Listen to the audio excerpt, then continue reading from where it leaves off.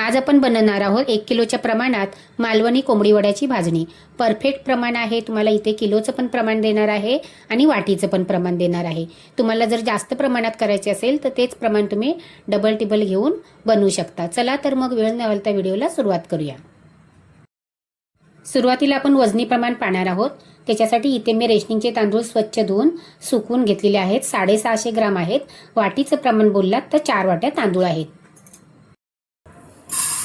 60 ग्राम उडदाची डाळ, वाटीच्या मापाने बोललात तर अर्धी वाटी उडदाची डाळ। 60 ग्राम चणा डाळ, वाटीच्या मापाने बोललात तर अर्धी वाटी चणा डाळ आहे। अर्धी वाटी 50 ग्राम गहू, वाटीच्या मापाने बोललात तर पाव वाटी गहू।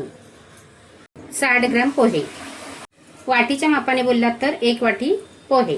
50 ग्राम ज्वारी म्हणजे सफेदवाले जोंधळे।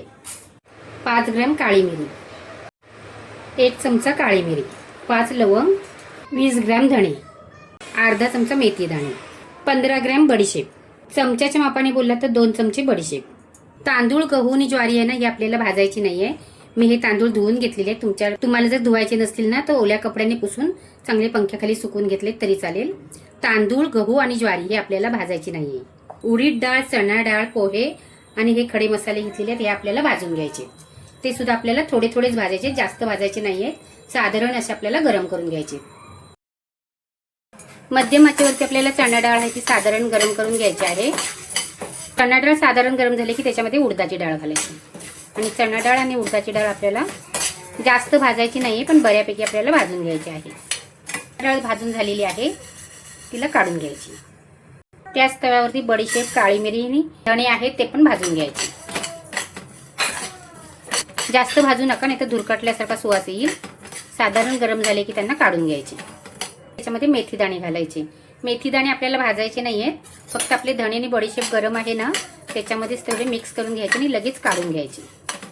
तुम्ही जर मेथी दाणे भाजलेत ना तर कडू होणार।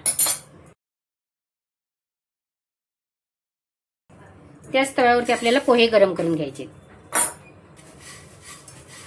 पोहे चांगले कुरकुरीत होईपर्यंत गरम करायचे। पोहे सुद्धा आपले चांगले कुरकुरीत झाले, त्यांना काढून घ्यायचे। सर्व साहित्य मिक्स करायचं। थंड झाले की ह्याला चक्कीवरून दळून आणायचे। पण दळत आणताना जास्त बारीक दळायचं नाही, आपलं थोडंसं जरासं जाडसर असं रवरवीत असं दळून आणायचं आहे। आणि घरघंटीवरती दळलत ना तर अतिउत्तम। आणि दळण कशावर टाकायचं तर तांदळावरती टाकायला सांगायचं, गव्हावरती टाकायचं नाही। आजची जर मालवणी कोंबडी वड्याची भाजणी आवडली तर नक्की लाईक करा आणि चॅनलवर पहिल्यांदाच आला असाल तर चॅनलला सबस्क्राईब करा।